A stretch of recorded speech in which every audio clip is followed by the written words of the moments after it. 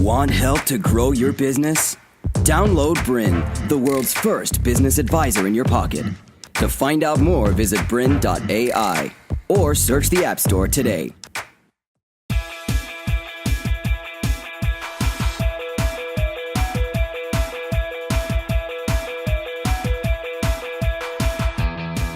Hi and welcome to Grow Your Business. My name's Justin Herald. I'm Rich Evans. And what we want to talk to you today about is the no BS approach to startups. You know, there's a lot of ways that people go about starting a business. There's a lot of approaches to the way that people go about starting a business. And I guess the way that I've done it, what I did is I started with $1.25 in the bank and I borrowed $50 and essentially, very short story, but 6 years later it was a $30 million business. And with Rich... Yeah, I lost my job and sat in a bar with an $824 check for startup capital and started a business that's 16 years later is an overnight success. So. Yeah, takes a long time to be an overnight success. Yeah, absolutely. So what we want to do today is actually break down some of the myths, I guess, and some of the things that people put in the way of startup. And a lot of the time they actually make it not work right from the start. There's nothing, I guess, that we'll say today that no one's ever heard before. No. But we're probably going to put it in a way that hopefully makes it easier for you to actually take that idea and turn it into an actual business. Yeah, I think one of the biggest things is, as you say, people get in their own way. They try and make it harder than it needs to be, right? So it's called a startup for a reason. But how many people have you met that they've done their business plan, they had their idea, they've met with their accountant, they've met with their lawyer, they've told all their friends, they've done this and they've done that, but they haven't actually started yet. Yeah. Like they've got a startup, but they're yet to actually do anything, right? Yeah, and that's sort of like a wish list. Yeah, that's exactly right, yeah. The way and whether you like this way of saying it or not, but the way I see it, an idea is like an armpit, right? We all have two, and most of the time they stink. So just because you come up with an idea doesn't mean you should actually go and act upon it. And I'm not sure about anyone else, and you've probably done this, but you're lying in bed late at night, and you get this brilliant idea in your head and you're going to make millions. Absolutely. And then you wake up the next morning and it's the stupidest idea you've ever had. Yeah, you walk out the front, there's no Ferrari and you go, well, I know why, because that was a dumb idea. Well, the problem is most people actually then go and do something with that and start it on a really bad idea. So what we want to do is probably demystify that and go from there. So what do you reckon? Well, look, I've got 5 rules of startup, and you and I have done a lot of startups together. We've been working together now for like 15 years.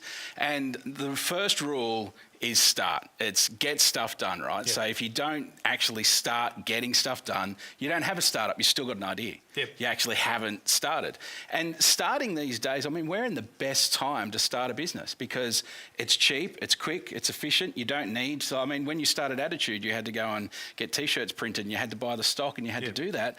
But now with your new business, I mean, it's, a couple of guys in a room for a couple of days and the business starts. Yep. So getting started is the first rule. So actually get stuff done is the number one rule. But you can't do that with just a little bit of an idea. So I've got this other idea we've talked about before with the seed and the spark, Yep. So the idea is the seed. And like any seed, you've got to plant it in the ground and you've got to do some stuff for it to become something. Yep. But most people think the idea is enough. But unless you have a spark, a real burning reason to go out and actually do something, then that startup isn't actually ever going to kick over and start. It's just going to be an idea. Yeah, and using the whole seed analogy thing too, it depends on what soil you put it in, whether it's going to work. Depends on if you water it, it's going to work. Depends on the climate of it, if it's going to work. And that's where the thing, like I think a lot of people think the initial idea is the idea. It's going to work the whole time because no one else has been doing it. That's right. Well, there's probably a reason why no one else has done it in the first place. And the other thing too on that, which is the opposite to that, if it's a T-shirt company, for example, you'll get some people around you, if you've got a T-shirt idea, but going, there's already T-shirts out there. Yeah. Well, there's already air out there too, but people are still breathing it. So what we need to do, and what you need to do as well, is don't worry about too much if someone's already doing it. It could be a better way of you doing it, and there's all different markets that you can have in the first place. So I guess it's about coming back to doing the research as well on all of that. The research, I think, is probably the best part of the startup. Yeah. Back when I started my first business, which was called Attitude, the internet wasn't even around. No. So I couldn't go and research other than the fact of getting something made and going into the shops and trying to see if they liked it. That was my research. Yep. Now you can go online to find out how much something's going to cost to set up. Is there a market for this? Has someone already got the domain name? Do they not have the domain name? All that sort of stuff, right, before you even spend a single cent. Yeah, and I think the whole, sort of research these days happens a lot quicker, but too many people still go out and ask their friends who aren't in business what they think of their business idea. So, the information you get and the research you do, I mean, it's like if you're a doctor these days, Google's the worst thing ever because everyone knows what's wrong with them. It's the same with a business. People will read an article, think that that's the way to do it, go and talk to their friends, and it can potentially go down a completely wrong path. I'll tell you a funny story. Yeah, go. Got nothing to do with anything, but I was at a doctor the other day who Googled what do you need to give. There's a way to instill confidence. I get told not to Doctor Google, and then the doctor is Dr. Googling. Yeah, that's anyway, interesting. Beside the point. Yeah. So we've got the seed and the spark. Yeah, the seed and the spark, because look, the story that I've got about the seed and the spark is one of our companies. So we own a couple of newspapers up in regional New South Wales. So I've spent my life in the tech industry, and I sort of moved up to the country for semi-retirement. Next thing I know, I've started a newspaper. The oldest industry you could, well, not quite. There's another industry that's a bit older, but we won't talk about that one today. But I started that because the other company that had a newspaper up there really ticked me off because they weren't doing a good job. I know customer service is something that you're passionate about, and they had really poor customer service, well, community service. And that was the spark. So I'd had the idea of telling stories and stuff like that, and I thought it could be a good idea, and we might build a website to do stuff.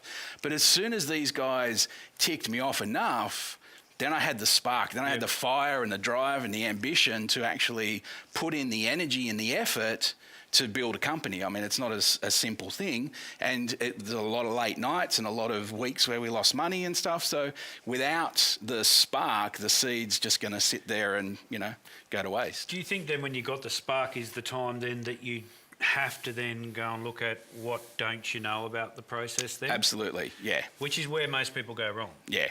Because, as I said before, you might have a great idea, but how you get that to market is the part that you've got to try and figure out. So you might be sitting here watching this now. You might be on your jog listening to us, which is funny, even in itself. Yeah, clearly we jog quite a lot. Yeah, we jogged on the way here. And you might be sitting there going, I've got a great idea, Research. You've got to go and see where can that go. And I think for me, and my number one thing when I have clients sitting in front of me with business ideas, the first thing that I get them to do is look at the pricing structure. Yep. So say, for example, using T-shirts, because it's the best thing I can think of, you want to sell, you've got a T-shirt and people are going to pay $30 for the shirt. Yep. And people are going to sell heaps of these. Yep. Awesome.